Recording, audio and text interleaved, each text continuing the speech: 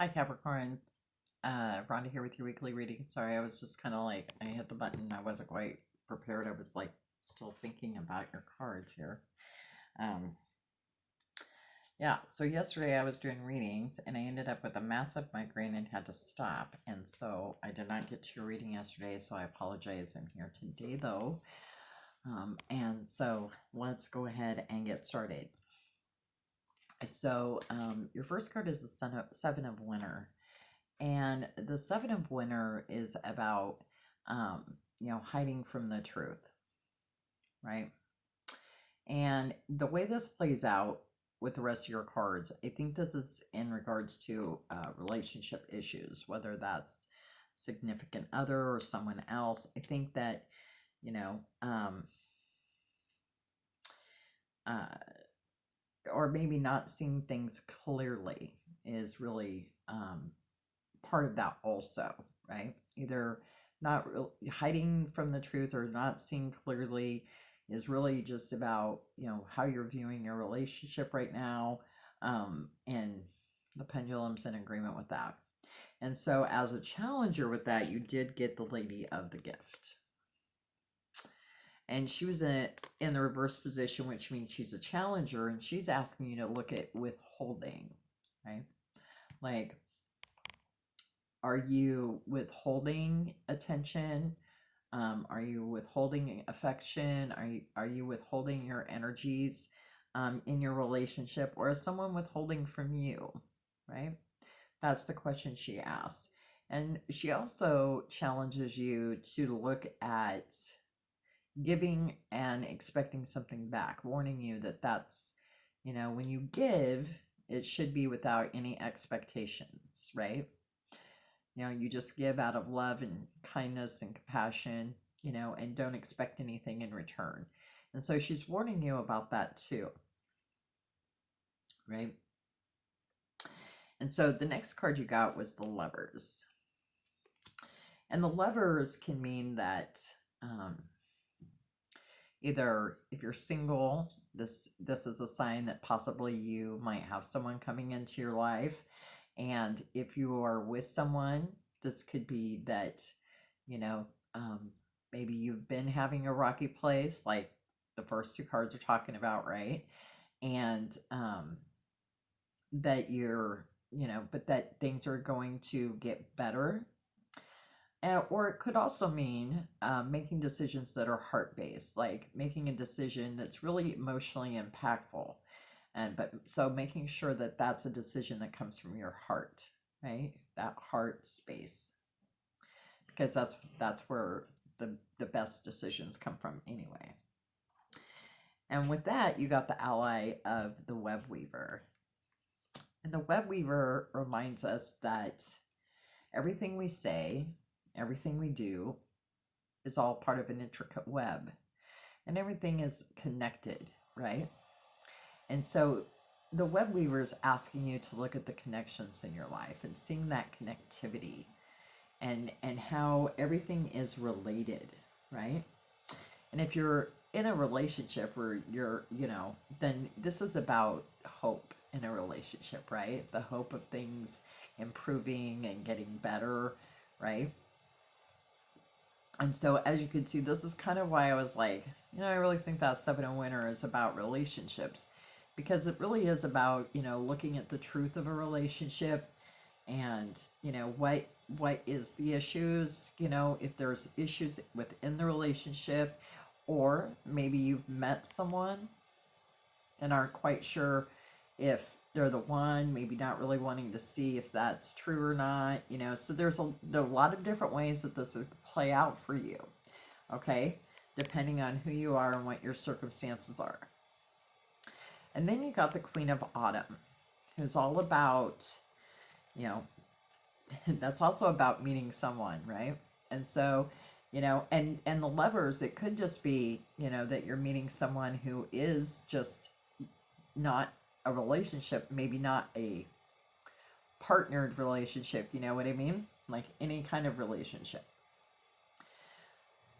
But it's a very strong connection, like a soulmate, right? Okay. And the Queen of Autumn is also about meeting someone, and but also about the ability to make things more beautiful, right? So if you're struggling within a relationship, it's about your ability to make it better, right? Your ability to be able to bring beauty into that, back into that relationship, especially if you're struggling, if there's, some of that withholding or expectations, right?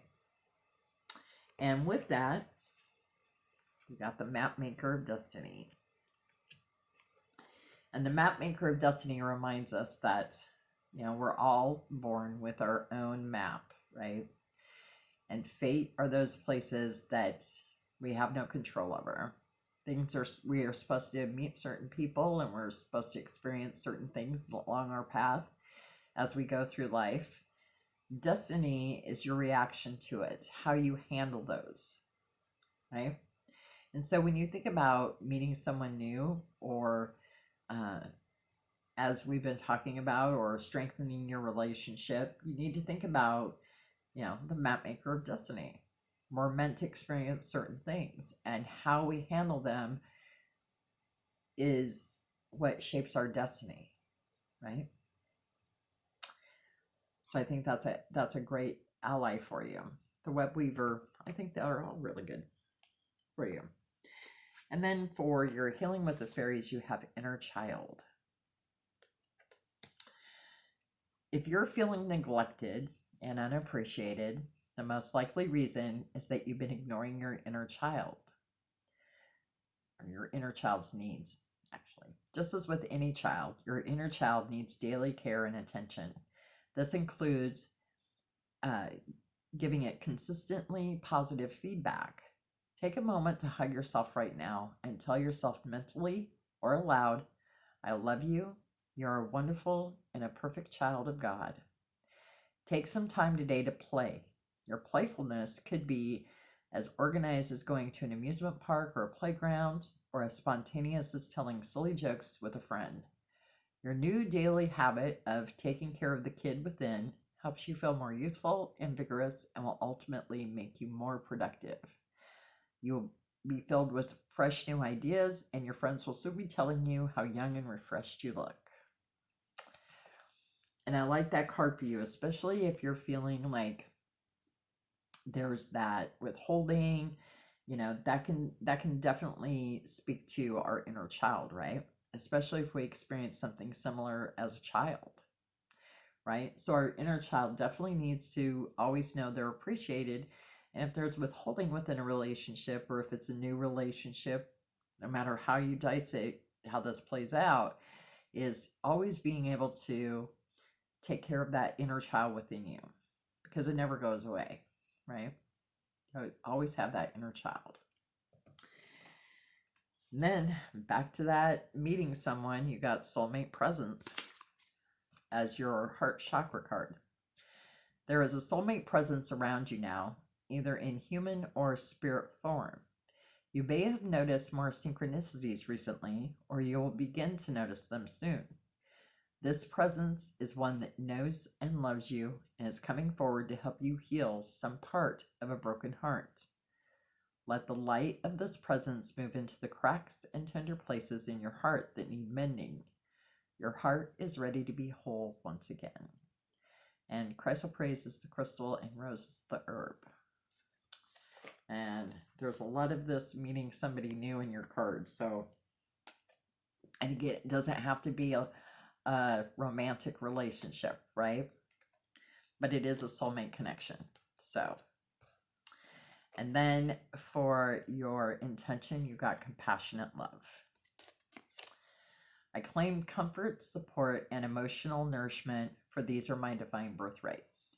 My intention is to allow myself to soften and remember how much I am loved. I gratefully receive this love with an open heart. And the stem for that is chrysoprase, and the essential oil is spikenard. So chrysoprase came up twice for you. That's a good stone for you to work with this week.